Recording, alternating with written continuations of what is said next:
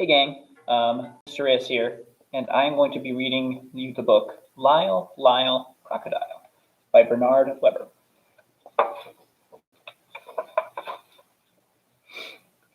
This is the house on East 88th Street. Mr. and Mrs. Prim and their son Joshua live in the house on East 88th Street. So does Lyle. Listen, swish, swash, splash, swoosh. That's Lyle.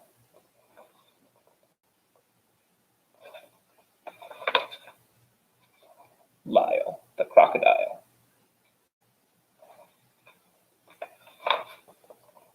Lyle was very happy living with the Prim family. He was especially happy when he was being useful, like helping Joshua brush up on schoolwork.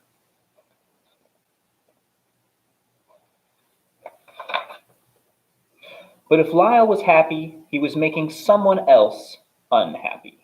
Perfectly miserable, in fact.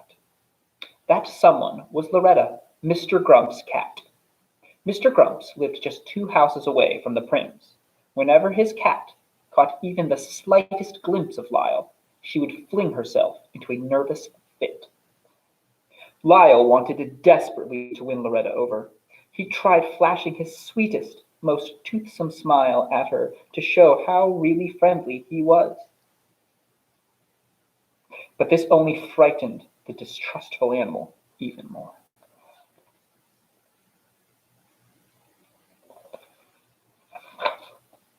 In the end, Mr. Grumps, who was even more excitable than his cat, would burst from the house, shaking an angry fist at Lyle. "Something will have to be done about that crocodile," he shouted as Lyle fled to the safety of his own house. To take his mind off his troubles with Loretta and Mr. Grumps, Lyle filled his days playing with Joshua and his friends. He loved being it.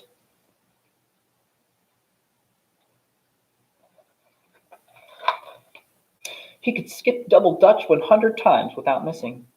It came as no particular surprise that Lyle could high jump, but Loretta, who was just let out for an airing, was surprised. She was terribly surprised.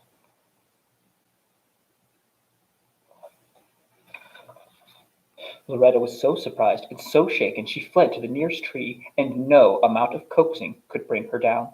Not until Mr. Grumps arrived to rescue and comfort her would she consider coming down. "Something will have to be done about that crocodile," stormed Mr. Grumps. Now Mr. Grumps was really furious. Now he knew he would be snappy, irritable, and impossible to live with when he returned to his job in a big department store the following day.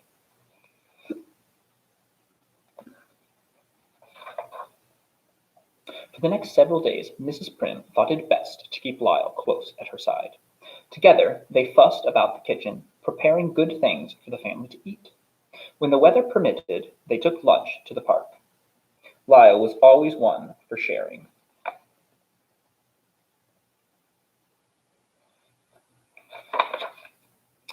They even took trips downtown. There was so much to see in the big city and much to do. Mrs. Prim could spend hours just browsing around the antique shops.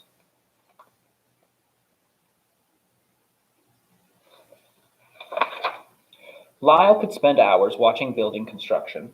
They both loved to ice skate.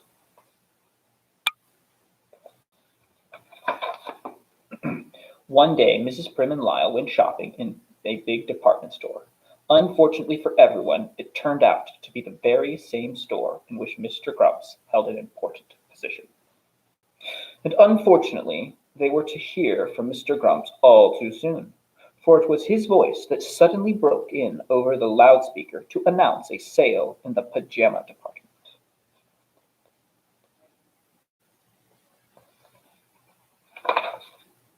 Immediately, it was as everyone in the store was in desperate need of pajamas. Separated from Mrs. Prim, Lyle was swept along with the crowd.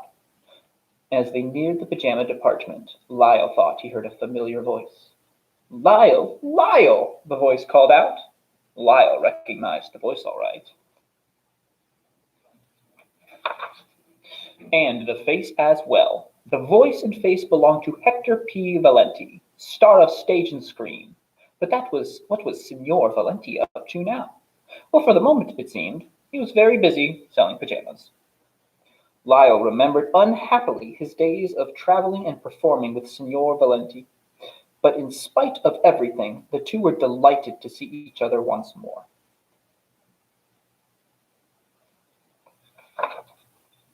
In another part of the store, Mrs. Prim searched frantically for Lyle. "Excuse me," she said to the lady of the information. "Have you seen a crocodile going past?" He was wearing a red scarf. "No," answered the lady. "I have no information about a crocodile wearing a red scarf." "Excuse me," said Mrs. Prim to the sporting goods salesman. "Have you by chance come across a crocodile? His name is Lyle." "Sorry, madame," answered the salesman. "I have not come across any crocodiles named Lyle today." Mrs. Prim grew more and more upset. "Excuse me," she said to a man wearing a white carnation. "I have lost my crocodile, and I don't know what to do." Whatever the man answered, Mrs. Prim never heard it, for his voice was lost in a chorus of other voices shouting, "More! More!" Those voices belonged to a huge crowd of shoppers surrounding Hector P. Valenti and Lyle. Because they had an audience, and because Signor Valenti could not resist showing off, he had persuaded Lyle to join him in a free performance of their old stage act. "More! More!" the surprised but delighted shoppers called out, forgetting all about wanting or even needing pajamas.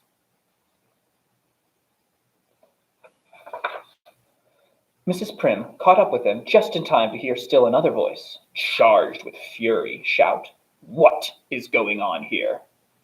This was Mr. Grumps. And when Mr. Grumps saw what was really going on, his face turned red, blue, and purple with rage. "Madame," he gasped, "we do not permit crocodiles in this store, you know. Remove him at once.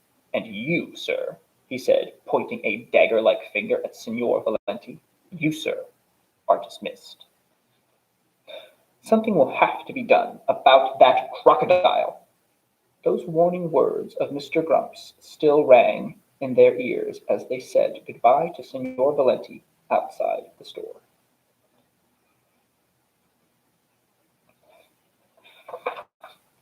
Mr. Grumps at last made good his threat to do something about that crocodile.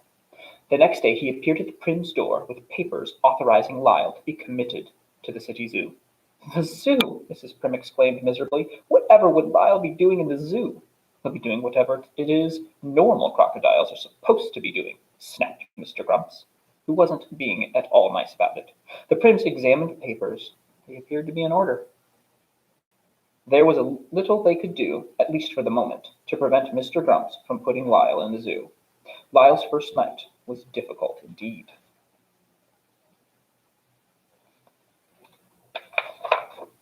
Not wanting to seem unsociable, he decided to join the other crocodiles, who were cozily piled together.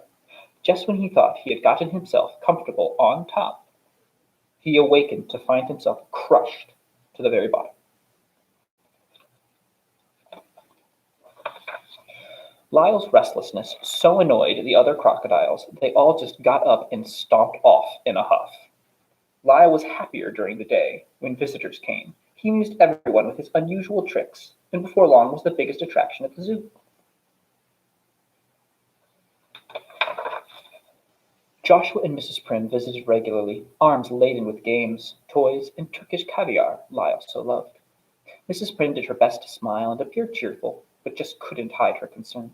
"Are you feeling all right, dear?" she would ask. "Are you getting enough rest? Are you making friends with the other crocodiles? Do the lions keep you awake at night? Is the floor too damp? Do the flies pester you?"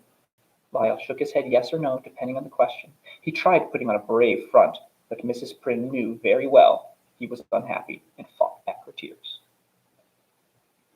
One night a new keeper appeared at Lyle's cage. Surprise, surprise! The new keeper turned out to be none other than Hector P. Valenti, star on stage and screen. "Shh," he whispered, "Signor Valenti, I have come to rescue you." Signor Valenti unlocked the door of the cage, and an astonished Lyle was set free.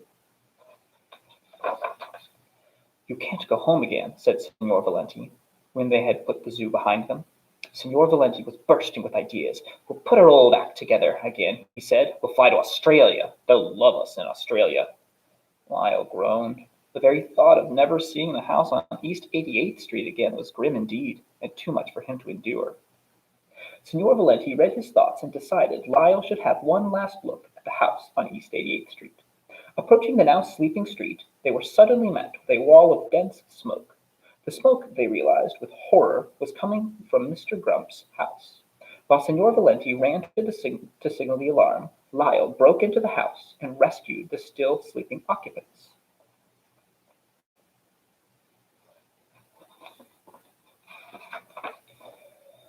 A gasping, frightened Mr. Grumps and his cat were led to the safety of the street.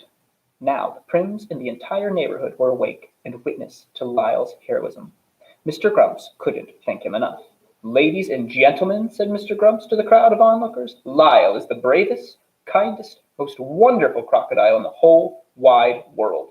I consider it a privilege and a pleasure to have him as our neighbor once more." "Hooray!" shouted the Prims. "Hooray!" shouted the crowd.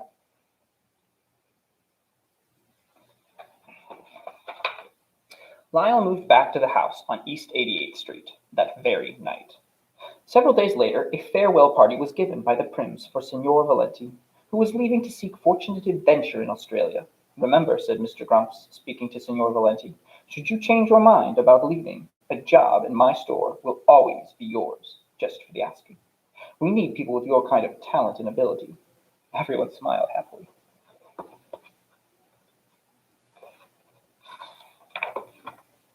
Even Loretta.